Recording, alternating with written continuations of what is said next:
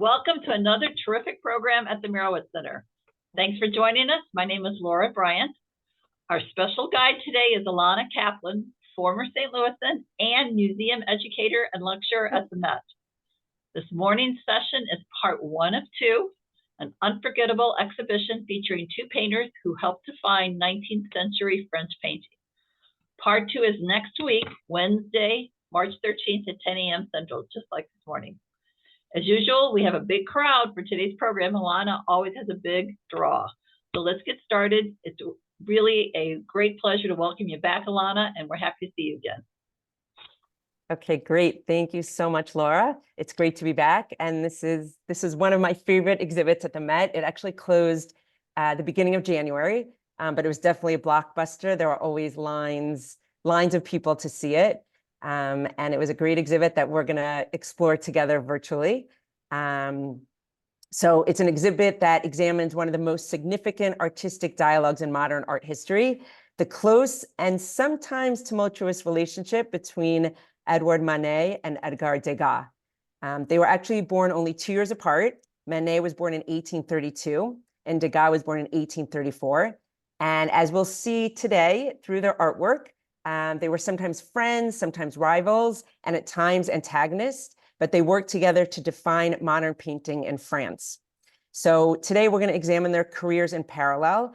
I'm going to show you their work side by side, and we'll investigate how their artistic objectives and approaches both overlapped and diverged. So this first slide that we're looking at was the advertisement for the exhibit. This was seen all over New York on billboards and buses, and it was the main advertisement.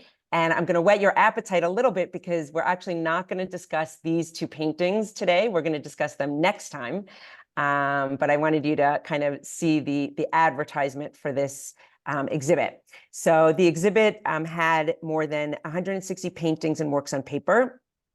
And it took a fresh look at the interactions of these 2 artists in the context of family relationships, friendships, and intellectual circles that influence their artistic and professional choices. And while we're looking at this exhibit, we're going to deepen our understanding of a key moment in 19th century French painting. So before we start looking at the works of art, very much in depth, I want to show you a little bit of a video of the exhibit. We won't watch the whole thing. You can see the whole thing on YouTube.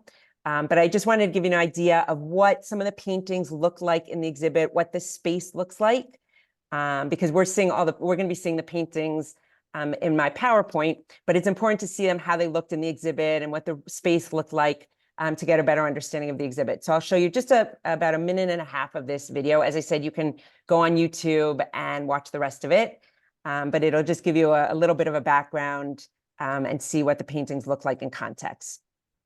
So we're going to go to the video.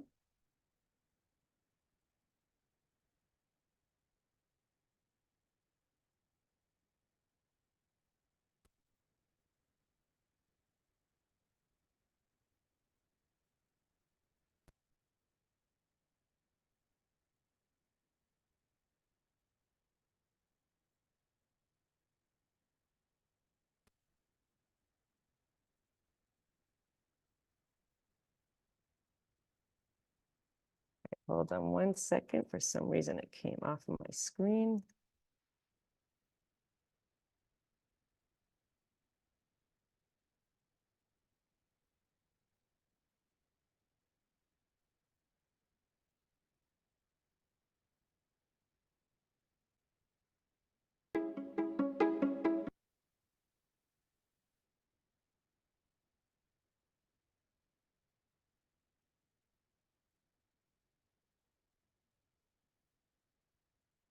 Okay, can everyone see it? Laura, thumbs up. Can we see it? Yes? Okay, great.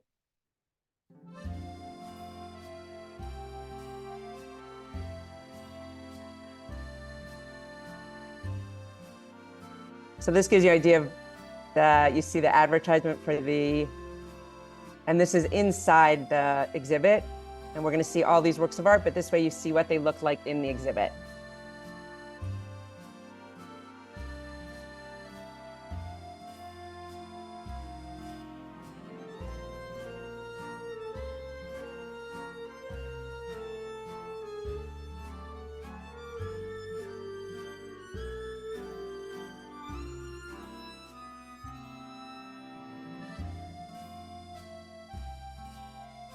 And we'll talk about all this so you don't have to, just more a little bit to see the paintings, but the wall space. I'm going to go through it a little bit.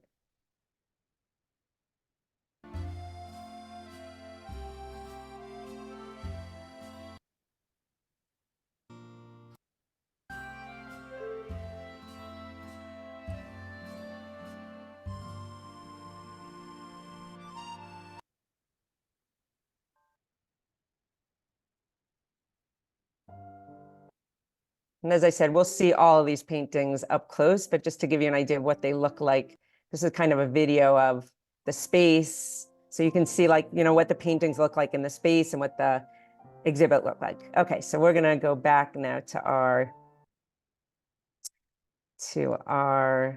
works of art.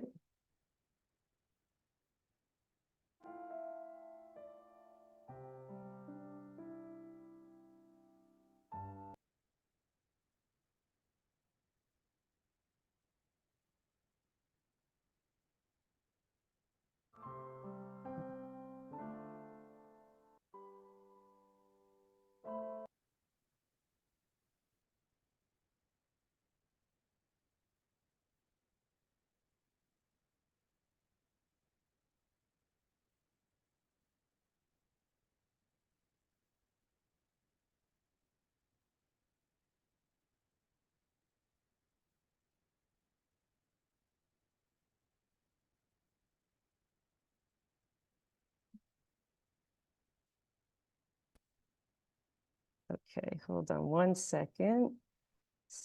We're having a bit of a computer thing here.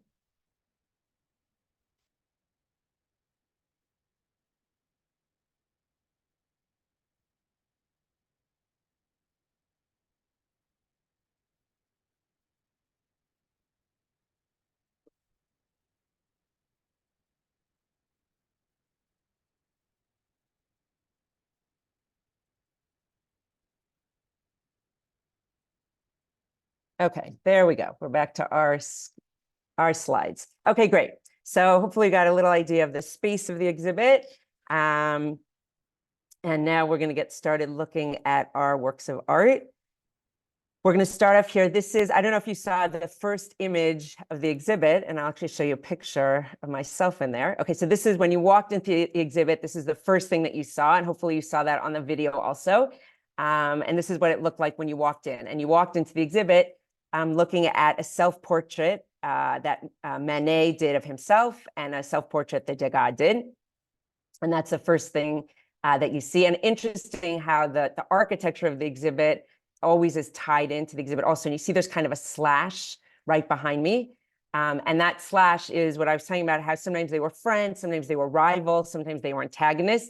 And there's actually, we're going to see in a few minutes, a slash in one of the paintings that also sheds light on their relationship as well. So this is what it looks like. Also, I wanted to show you some of the pictures of myself in the exhibit to give you an idea of the size of the works of art.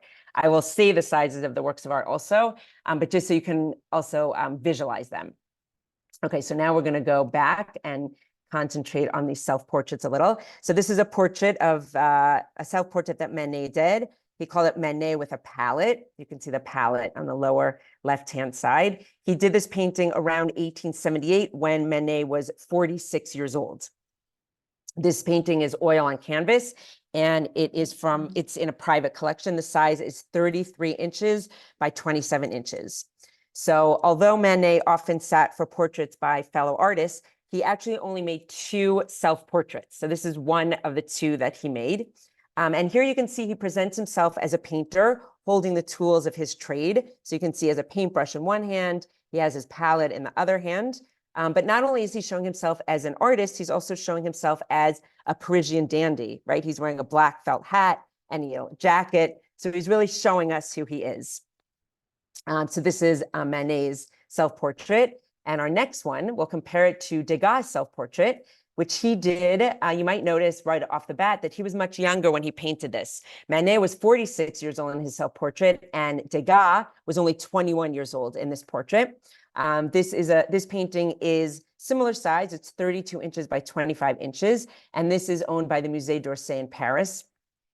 This is actually Degas' largest and most ambitious self-portrait. Unlike Manet, who we said only completed 2 self-portraits, and both toward the end of his career, Degas produced nearly 20 self-portraits in his youth, and he later returned to the subject when he was older. He also did photographs, made self-portraits based on photographs of himself. So here again, he portrays himself also as a draftsman, right? He has a portfolio in front of him. He has a portocran, which is a drawing implement in his hand. But he's also showing us that he too is a very smartly dressed young bourgeoisie draftsman. So if we look at the portraits side by side, again, we'll notice that Manet was much older when he painted his self-portrait, but both of them present themselves both as artists, but also as upper class men. So with this slide in the background and give you a little more time to look at these self-portraits, I want to talk about the two of them, a little bit about their biographies, but also how they knew each other and how their lives were kind of parallel. So as I said, Manet was born in 1832. He was born in Paris. Edgar Degas was born 2 years later, also in Paris in 1834. And in 1861 and 1862, we think that's the first time that these artists met. So they were in their late 20s and reported they met in a gallery in the Louvre. Degas was making an etching after a portrait by Velázquez, which we'll talk about later on. And around this time, Manet also was sketching from the same painting. And apparently that's when they met in the Louvre. So that was 1861, 1862. In 1863, Manet attracted attention at the Salon de Refusé, which was an exhibition of art rejected by the official salon, which was sponsored by the French government. And in October, Manet married the Dutch pianist. Her name was Suzanne Leenhoff, and we'll see some paintings of her later on. Degas, as we will learn, never married. So that's something also different about them. Manet married and had a stepson, and Degas never married. And the other thing is that they both showed works of art at the Salon, which was the official art exhibition sponsored by the French government. And Manet generally did much better at the Salon than Degas did. In 1865, Manet showed a painting called Olympia, which we'll see a little later on at the Salon, and it provoked unprecedented controversy. Degas also debuted a painting, Scene of War in the Middle Ages, which I'll show you, and that went unnoticed. So again, we can see how the two of them were working a lot side by side. They were both of them presenting their paintings to the Salon, and Manet was generally getting more attention then. In 1868, Degas made a series of portrait drawings and etchings of Manet. So Degas often did, as we'll see in a few minutes, portraits and paintings that Manet was in the subject of, but Manet didn't. We only know of one possible painting that Manet did of Degas. In 1870, France declared war against Prussia, and both Manet and Degas were drafted into the National Guard to help protect Paris. When the city was under siege, both artists served as volunteer gunners. So that's something that they had in common. In 1874, Degas took an active hand in organizing what became known as the first Impressionist exhibit, where he showed 10 works of art. Manet refused to participate in the Impressionist exhibition. He always preferred to show his art at the official salon. So that was another area where they differed, where they were showing their artwork. And as we know, Degas started working more with the Impressionists, which is not a topic of this exhibition, but that was something that Degas was very much involved in, and Manet always preferred to stick with exhibiting at the official salon. In 1883, Manet died. He was only 51 years old.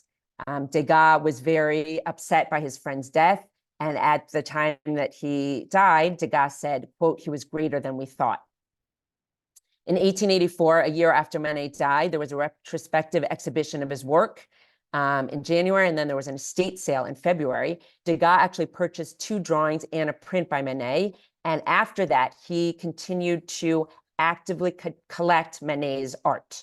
So again, you see, even after Manet passed away, there was still a connection between these two artists, with Degas purchasing and collecting Manet's art. In 1888, the Met was the first museum to acquire works of art by Manet, and that was 6 years after he died. So they were the first museum to acquire works of art by Manet, and they accepted 2 paintings, which we will see, I think one this week and one next week. One is Boy with a Sword, and one is Young Lady in 1866. So the Met acquired them in 1889, and they're still on view today. In 1917, Degas died. He was 83. So Manet died when he was 51, and Degas lived until he was 83 years old. And then in 1918, a year after Degas died, his estate sale took place. And the art collection that he himself had assembled was dispersed, including the works of art that he owned by Manet, which were 8 paintings and over a dozen drawings, and many, many prints. The Met actually acquired 10 drawings by Degas, including 3 portraits of Manet at this auction. And we will be looking at some of these works of art together. So as we go through the exhibit, as you saw, these were the first 2 paintings that you saw as you walked in. We're going to go through the exhibit the way it was presented, and the way the exhibit was presented was thematically. So we'll be looking at the exhibit that way as well. We'll be looking at 3 of the themes today and 3 of the themes next week. And the first theme that we're going to talk about is an enigmatic relationship. So attempts to assess the relationship between Manet and Degas are complicated because there are very few records of their exchanges. We don't have a lot of letters or information about their relationship. Their first meeting is impossible to date precisely because hardly any correspondence remains between them. But we do think they probably met, as I had said, when we were talking about their timeline, probably around 1861, 62, when they were in their late 20s. So a fuller picture emerges from remarks that they made about each other, equally admiring and critical in letters to mutual friends, as well as from the commentaries of contemporaries and early biographers. The writer George Moore described their friendship as one, quote, jarred by an inevitable rivalry.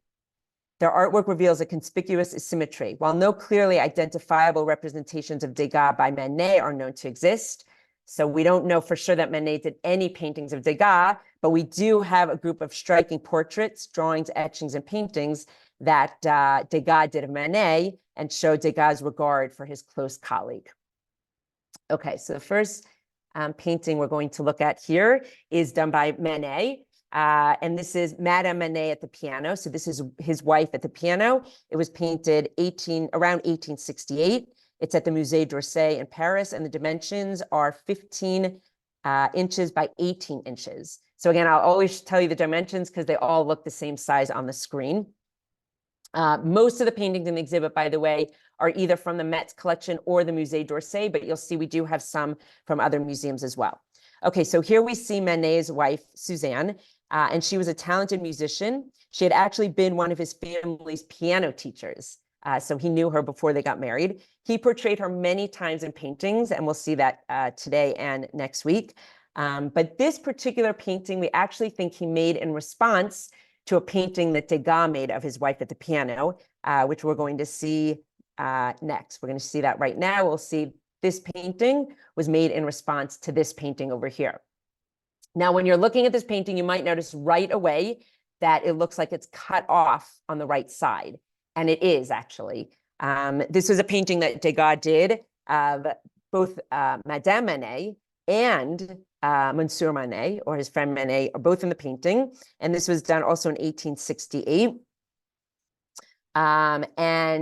This was the time period when we think that Manet and Degas were especially close in the 1860s. And you can see that Degas was trying here to capture the casual intimacy of their evenings together. This is a double portrait. So we have Manet on the couch. He's listening to his wife, Suzanne, who's playing the piano. So Degas made this painting and he gave it to his friend Manet as a gift. For reasons still unknown, there's been a lot of research done, but we still don't know. Manet slashed the painting. That's why it looks like this. He slashed the painting, the right-hand side of the canvas, and he sliced off his wife's profile and the piano. And again, we don't know why he did that. There are a lot of interpretations. Some say he didn't like the way Degas painted his wife. There are different ideas, but nobody knows because Manet never said why he sliced the piano. Why he sliced the painting. Anyway, obviously, this very much angered Degas that his friend, cut off the painting. So Degas took the painting back, and he also returned a painting that Manet had given him. Decades later, the cropped composition, this painting, could still be seen hung in Degas' private apartment. So after he took it back from Manet, he hung it in his apartment. But it's unclear when or why Degas added this blank strip of canvas. He added this canvas over here. Some people think that when he was in his 70s, he intended to repair the ruptured painting, but he never did repair it. But we do know that he kept it hanging in his apartment for the rest of his life. So now we're going to look at these paintings side by side. So this is Degas' painting, and this is Manet painting. Again, it's the same subject matter of Manet's wife, Suzanne, playing the piano. And again, Degas made his painting first, gave it to Manet. Manet sliced it, and then he made his own painting of his wife at the piano. So again, this gives you this painting saga, gives you a little idea of their relationship. Again, they were friends, they were rivals, they sometimes got along, they sometimes didn't get along, and we'll see that throughout the works of art. Okay, here, this is me in the exhibit next to the two paintings. Again, even though I talk about the size of the paintings, it really, by showing you these pictures, you can visualize what they look like, the size of them. You can see Manet's painting of his wife is much smaller than Degas' painting. Okay, so here is a Degas portrait of Manet. And remember, I said that Degas did many portraits of Manet in many different medium, and the Met owns a number of them. We're just going to look at, there were about 10 or 12 in the exhibit, but we're just going to look at 3 of them. So this is called Edward Manet Standing. It was done in 1868. So this was actually done, these portraits were done before that whole issue with the slash painting that we were just looking at. This was done before that, around 1868. This is brush and ink wash over graphite, and this one is actually at the Musée d'Orsay. The next few we'll be looking at are from the Met. The size of this is 13 inches by 7 inches. So among the 10 drawings that Degas made of Manet at the height of their friendship, which was around 1868, this work is distinct in its technique. Degas, this is ink wash, as I said, but Degas rarely used ink wash, especially during this period, whereas Manet frequently used this medium. So it seems actually that Degas adopted it here with his friend in mind. Like he specifically used his friend Manet's medium of ink wash in order to make a self-portrait of him. Degas actually later gave this work and several others to Manet's niece, Julie, on the occasion of her marriage.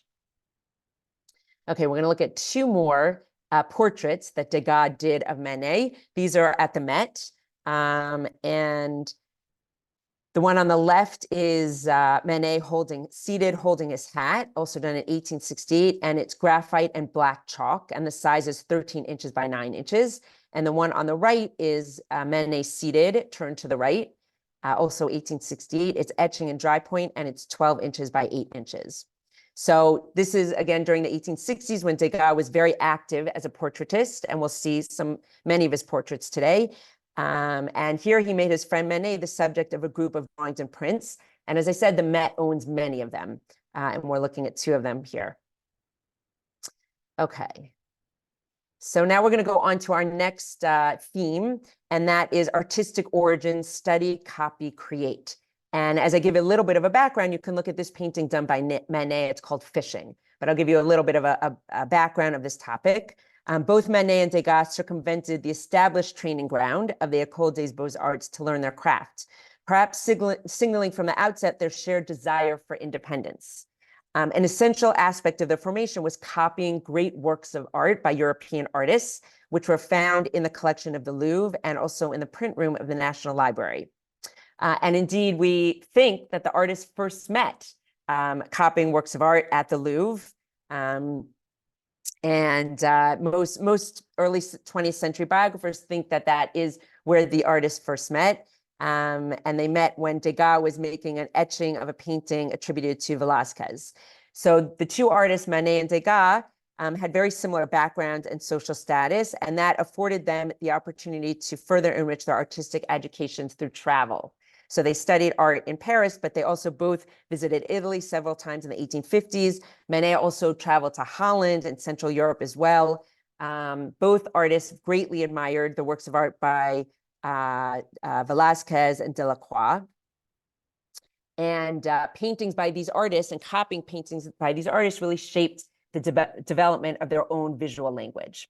Okay, so here we're looking at, you had some time to look at this painting by Manet. It's called Fishing. It was painted in 1862 to 63, and it's owned by the Met. The size is 30¼ inches by 41½ inches. So it's a quite enigmatic work of art, and it's a tribute by Manet to Peter Paul Rubens. So it's one of the paintings that Manet copied. And again, there were many painters from centuries past that he greatly admired their landscape. So here, Manet actually paints he and his wife and his stepson into this painting. You can see Manet is over here on the bottom right-hand corner next to his wife, Suzanne. Remember, I had said earlier, he paints Suzanne in a lot of his paintings that we'll see today and next week. Notice the clothing that they're wearing. That was not the clothing of that time period, but it's actually 17th century costume that they're dressed in this painting. And the painting, they actually had recently gotten married, so it might have been made in celebration of their union. You'll see there are a number of fishermen in this painting. And on the opposite bank here, you can see there's a young fisherman. And this is actually Suzanne's son, Leon. When Suzanne and Manet got married, she had a son from another relationship. So Leon, who's in this painting, became Manet's stepson. So he can see him in this painting. And again, it's quite a detailed painting that was inspired by a painting by Peter Paul Rubens. Degas was also inspired by many paintings. Here we have a painting done by Degas. It's called Memory of Velázquez. And it's a very small painting. The size is 12 inches by 9 inches. Now, Degas' attention to Spanish art was actually less than Manet's, but this oil sketch shows that Velázquez, who's in this painting, was one of the artists that Degas greatly admired. And we can see in this painting that Velázquez is here. He's working on a very large canvas at the left. And we'll see that both artists were very much influenced by Spanish art and Spanish artists, including Velázquez, and we'll see how they influenced some of their paintings. Okay, our next topic is family origins and tensions. And I'm going to give you a little bit of a background on this topic, but I'll tell you that the painting that we're looking at here, our first painting, is by Manet, and it's called Boy with a Sword. And I don't know if you remember from the beginning when I was talking about their histories, but this was one of the first paintings that was given to the Met. This was the first Manet painting that was given to the Met in 1889. This and one other painting were the first works of Manet to enter the Met's collection. So we'll talk about that painting in a few minutes, but first I want to just talk a little bit about the theme, which is family origins and tensions. As I had said at the beginning, Manet and Degas were born in Paris 2 years apart. They were both the eldest sons of wealthy bourgeoisie families. Manet's father was a senior civil servant, and his mother was a diplomat's daughter. She was actually the goddaughter of the king of Sweden. Degas also belonged to a well-to-do and well-connected family. His family were bankers and businessmen, both in Paris, Italy, and also New Orleans. Both artists attended prestigious schools. They both abandoned their studies in law, which was the expected for men of their class. And instead, both of them followed artistic paths that both of their fathers initially opposed. Each artist turned to portraiture as he launched his career and found willing subjects among family members.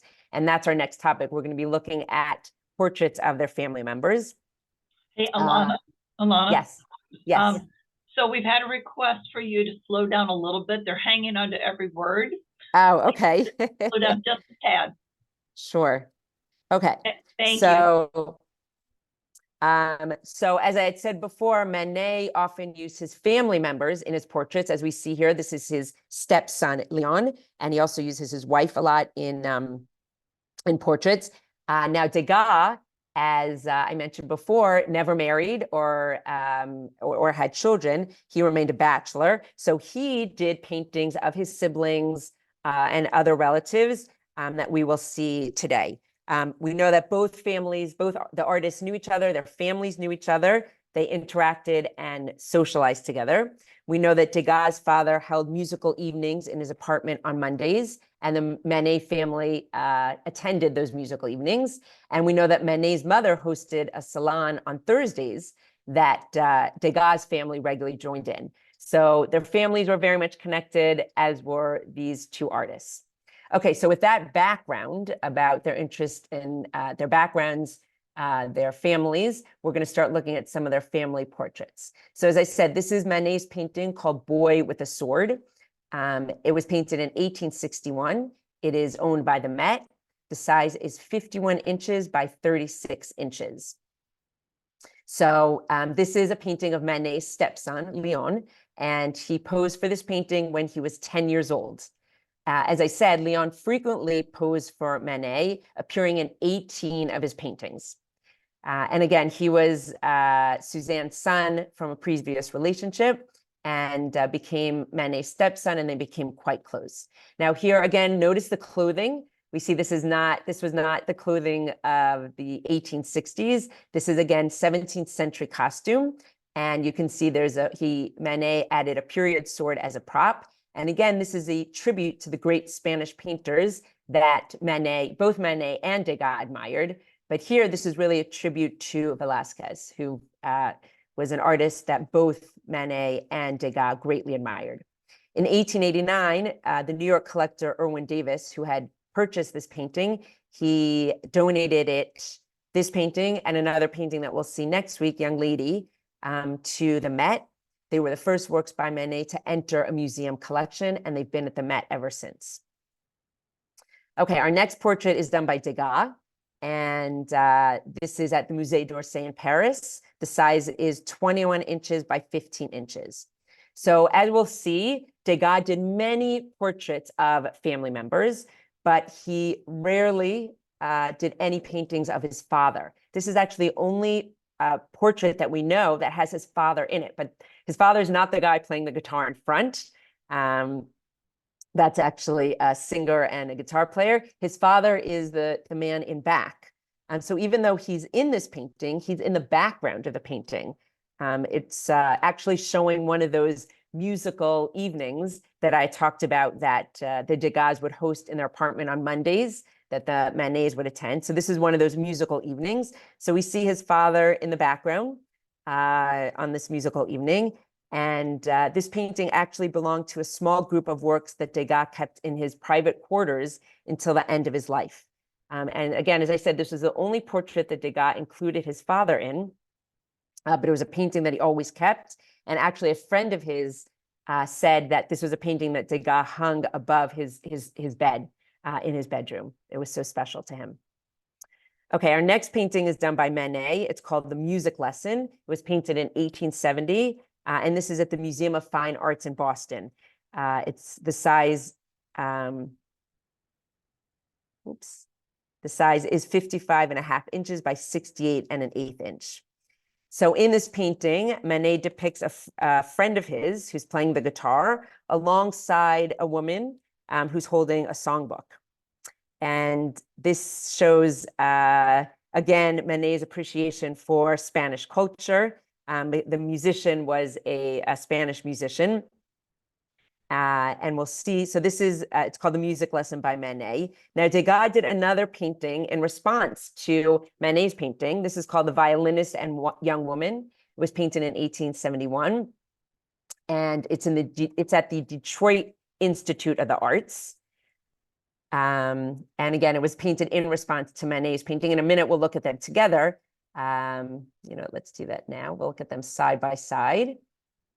And as I said, Degas painted his painting after, and he had seen Manet's Music Lesson, and he painted this in response. It was kind of his own variation of the subject matter. Now, if you take a minute to look at these two paintings and kind of compare them, I'll also show you a picture of them in the exhibit. So you'll notice that Manet's painting is much larger than Degas' painting. but a similar subject matter. And if you notice, you'll probably notice some distinct differences between the two paintings. First of all, Degas is a much brighter painting. It seems more maybe a daylight scene as opposed to an evening scene. Also in Degas' painting, the musicians appear interrupted. The woman's holding the songbook open, and she looks almost perturbed, like they've been interrupted. Look at her face. And the violinist is absorbed in tuning his instrument. So compare that to Manet's painting, where the figures seem more stable. They seem more comfortable with the fact that, the viewers are looking at them. So again, very similar subject matter, but different sizes, different light and dark in the two paintings, and also the way the sitters look. Okay, our next painting is by Degas. This is a very large painting. It's 79 inches by 98 1/4 inches. This is a portrait that he did of his relatives who lived in Italy. This painting is at the Musée d'Orsay in Paris, and it was painted between 1858 and 1869. He worked on it on and off for about 10 years. So because of that, it's difficult to trace the history of the painting. It's an exceptionally large portrait. Again, these are some of his favorite relatives in Italy that he did. It was one of Degas' largest canvases, and it caused quite a sensation when it was rediscovered at his studio sale after his death in 1918, which I talked about earlier. We think that Degas probably worked on it when he was in Florence in the 1850s, and he probably did a lot of sketches and small paintings. And then he painted it from numerous studies that he had done after he returned to Paris. And that's why it took so long, because he did a number of the sketches when he was in Florence in the 1850s and then worked on it in his studio in the 1860s.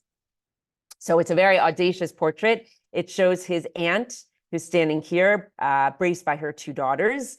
And she's standing apart from her husband, who's sitting with his back to the viewer. Again, it's a very large portrait, very detailed, and it really gives us the ability to look into their home and see the furniture and all the things that are on the mantle, also the reflection of the mirror, the candles, the clothing. It's just really quite a detailed portrait. We also have some of the sketches that he did in preparation for the portrait. So here we see a sketch that he did of his aunt Laura and her daughter Giovanna, which was a study. He did this around 1858. Now, the sketch he did in black Conti crayon, and it's actually much smaller than painting. I made it larger so that it would look, so you could really see how it was a study for them. But the sketch is only 16 inches by 11 1/2 inches. But this really shows this is just one of many, many preparatory drawings that he did in preparation for this large painting, and it shows his grand ambition for the canvas. Okay, our next painting is also by Degas. And this painting is of his sister and her husband. His sister's name was Therese, and her husband was Armando, and he painted this around 1865. It's at the Museum of Fine Arts in Boston, and the size is 45 inches by 34 3/4 inches. So his sister, Therese, got married in 1863. She actually married her first cousin, which wasn't so uncommon at the time. And Degas painted this double portrait. As we see, he painted a lot of double portraits. He painted this double portrait several years after they got married. His sister, unfortunately, was of chronically poor health. She loved children, but wasn't able to have children. And her and her husband led a very quiet, modest life in Italy. So this painting, actually, Degas painted it shortly after his sister Therese experienced a miscarriage. And as you're looking at the painting, you can really, if you look at her face and you look at her body language, you can really see that she seems to have suffered something very sad in her life. She's literally sitting in the shadow of her husband, who is looming much larger and kind of a little bit in front of her. And she seems quite worried and frail. If you look at her face, the way her face looks, the way Degas painted her, she's also resting her hand on his shoulder. So it shows her as a very worried and very frail in this painting. But as you see from these paintings, that Degas really did many paintings of his family members, his sister, we saw his father, cousins. Okay. Our next work of art is by Manet, and it's called Reading. It was painted around, he started it around 1866 and finished it in 1873. It's at the Musée d'Orsay in Paris, and the size of it is 24 by 28 inches. So this is another double portrait. We can see two people in here. We see Manet's wife, Suzanne, and his stepson, Leon. Again, I said he uses them a lot in his paintings. Now, he started this double portrait in 1866, and he actually made it in two different time periods, right? I said he started in 1866 and then finished it in 1873. So interestingly, the painting first portrayed just Suzanne. It was just kind of the middle of the painting. It showed her alone. And it's also, he wanted to show his interest in the effect of light. So we can see the light filtering into the room through these very thin sheer curtains, and how the light falls across her white muslin dress and against this very pale sofa over here. So that was the middle of the painting, was what he painted in 1866. When he returned to the canvas in 1873, he added this plant on the left that we can see here. And he also added his stepson, Leon, on the right, he's standing behind his mother and he's absorbed in a book. Now, interestingly, the name of this painting, it's called Reading, even though that wasn't even part of the original painting. But then he added that, and that's what he called the painting. Okay, our next portrait is by Manet, and you probably could guess that these are his parents, Monsieur and Madame Auguste Manet. He painted this in 1860. It's at the Musée d'Orsay in Paris, and the size is 43 inches by 35 inches. So this work was actually accepted at the Salon for the first time in 1861. This portrait and another painting, The Spanish Singer, which we're going to see. And the reception of these paintings reassured his parents of his ability to embark on an artistic career. So interestingly, that this painting of his parents was accepted by the Salon, which was a big deal. And this gave his parents the assurance that, that the career that he chose as an artist, that, he would be successful at that. Now, when he made this painting, his father's health was failing. And his father actually died 2 years after Manet made this painting. Manet remained especially close with his mother, who lived with him and his wife. Now, I want to show you a sketch that Manet did of his father. So here of the sketch on the right side. This is etching in dry point, and this very small. The size is 8 by 9 inches. Again, I wanted it to be larger so you could see it side by side with the painting. It looks like there's, hold on one second. Somehow they got some yellow on this. Let me just erase it. Okay, there we go.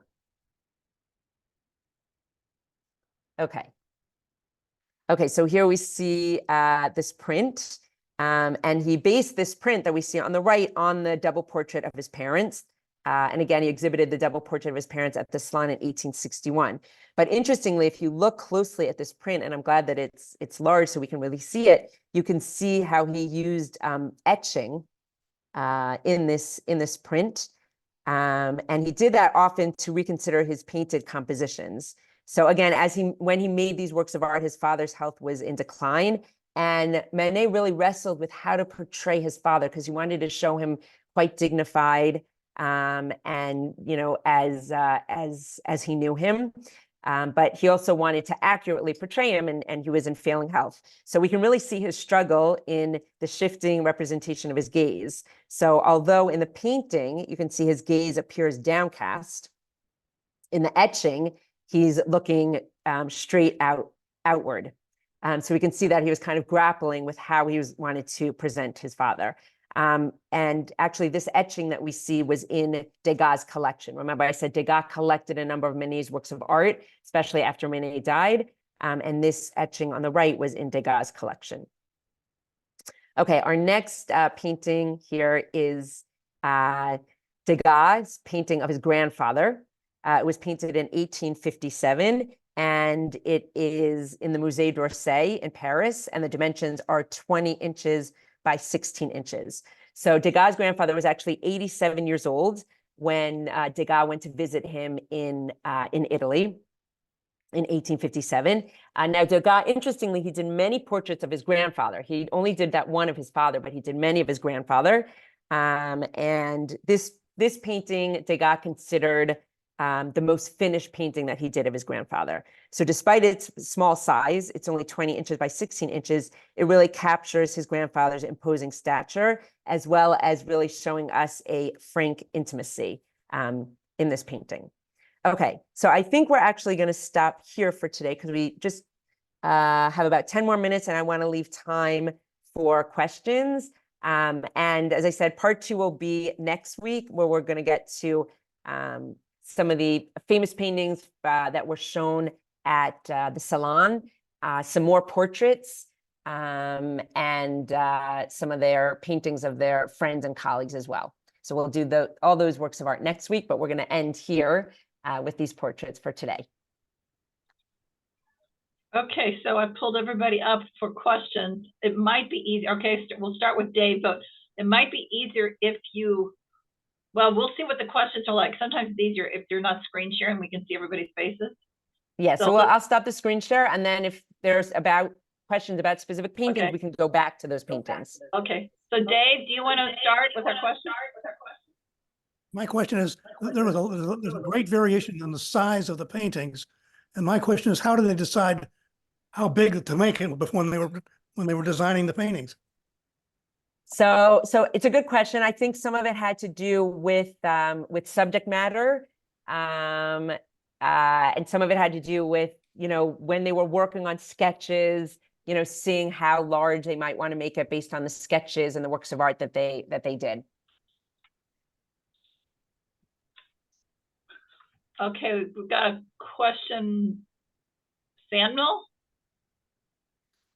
Frank Inger, I've always been fascinated by people who are famous artists and also very anti-Semitic. Degas was, maybe that'll be next week, but we won't be in town to watch it next week. Degas was a great anti-Semite. I wonder what in his social environment, in his bourgeois background, might have had him lean toward being anti-Semitic. Okay, so a couple things. I've read different things, and again, a lot of it is speculation. But different things that I've read are, first of all, Degas was a very difficult personality, and I've done a whole talk on Degas and Cassatt. He was very good friends with Marie Cassatt, but she often commented on how he had a lot of prejudices. He was often put women down, and she was very friendly with him, but often they would argue because he was often misogynist, and he often put other people down, also often being racist or, as you said, anti-Semitic. But one thing that people do point to that they say caused some of his anti-Semitic outbursts was the Dreyfus affair. And he was very upset that the Dreyfus affair kind of ripped apart French society. And he made the decision to blame it on Dreyfus for, destroying, French society, because there was so much, people took different sides, and it actually caused a lot of division in French society.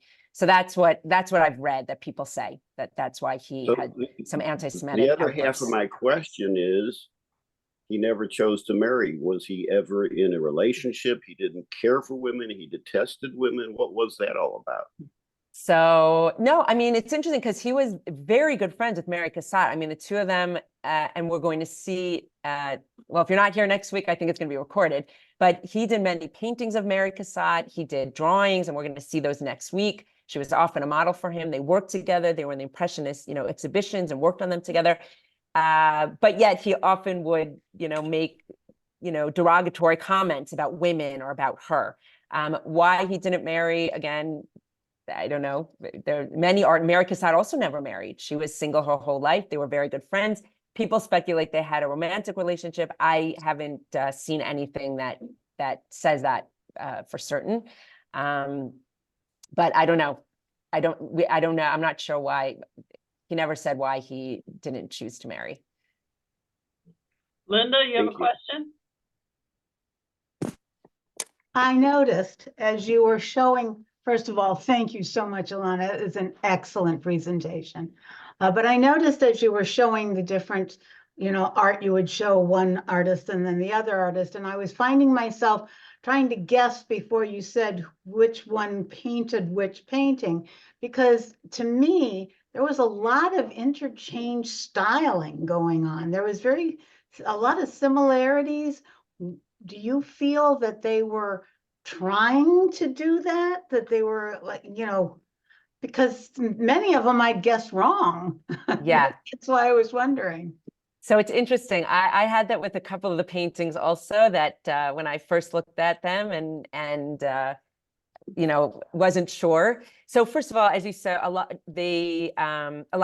number of their paintings were done in response to each other, right? The painting of Suzanne at the piano, the music lesson that I showed you those two, some of them were done in response. They often were working at the Louvre at the same time. So I'm sure that they did, influence each other. And also Manet was often using different medium than Degas. So Degas would sometimes use that medium and experiment. So there definitely was overlap, influence between the two artists as well. Yes. Well, I think you'll Go see ahead. on some of the later paintings when Manet passed away, and then Degas was also when Degas was working more with the Impressionists, which we'll see more next week.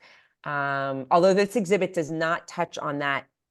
It's not touching on his Impressionist work because, again, the exhibit is based on their relationship and their response to each other's works of art. So in these works of art, you do see their influence, but then when Degas does more of the Impressionist style, that's where I feel like you see more of a divergence between the artists. The thing that made me notice that at first it was Degas' expressions. The facial expressions were more real and animated than the other. And yet, as we kept going, they both started interchanging that feeling. So thank you for pointing that out. Right. No, it's interesting also because Degas, especially with the portraits, we see that. And this exhibit has a lot of portraits in it. And Degas, used Manet. He did a lot of portraits of him. So I think they were, with the portraits, there was a lot of influence and between them. Anyone else have any questions? Yes, I do. Yeah, I have a question. Okay, Fran, Okay. you're on. Well, a couple of them. First of all, I was surprised that there were white couches. Can you comment on that? Because I would think that the world wasn't quite so, that they would have gotten dirty so quickly in that environment. So interesting, but there was a lot. I mean, white in general, people wore a lot of white clothing. If you look at Impressionist paintings, I don't know, I'm not sure if I did it with this group, but Monet, if you look at his paintings, there are a lot of women wearing white. And actually they would specifically say it showed that they were women who weren't, working very hard if they were wearing these white dresses. So there was a lot of white. Maybe they kept it covered. Maybe. And then that's some other questions, some general questions, like how long does it take to put together an exhibit like this? And what's the process? And then the other question is, do these paintings get cleaned regularly? How do they keep them preserved? So they don't get cleaned regularly. There is conservation that goes on. A number of these paintings, some are behind glass to keep them safe and preserved, but they definitely don't get cleaned regularly because it wouldn't be good for the works of art. But the way they're preserved is, if you go to the museums, you'll notice that every single room, I know at the Met, and I'm sure all museums, every room is temperature controlled, light controlled, everything is controlled based on the works of art that are in that exhibit, whether they need to be behind glass, whether they need to be where they have to be on a wall, what kind of lighting. So that's how they're preserved. In terms of exhibits, they are working on them years and years in advance. And you can even see, like, they'll send out, the list of exhibits that are going to be in the next, 7 years, right? They're already working on them.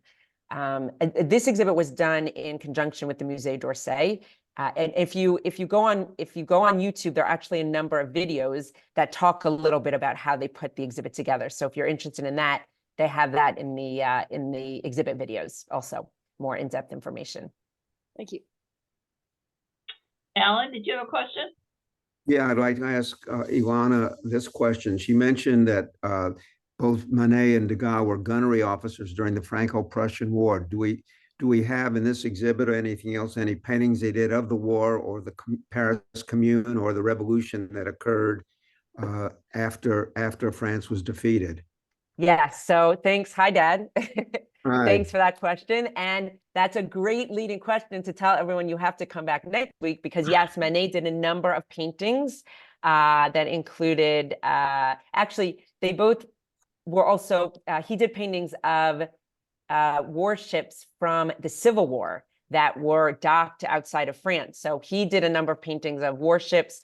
I'm not sure, in this exhibit, I don't think we had works of art from the Franco-Prussian War, but we do have a lot of works of art related to the Civil War, which we will talk about next time.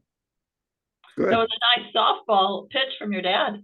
That's right. That has to get everyone to come back next week. Okay, well, thank you everyone for coming, and especially thank you to Elana for coming to us and sharing your expertise and your insights and all these wonderful images. You just bring them to life. So thank you very much. Thank you. Thanks, Laura, for organizing, and thank you everyone for coming. And hopefully I'll see you all next week. See you next week. Tara. Bye. Bye-bye. Bye.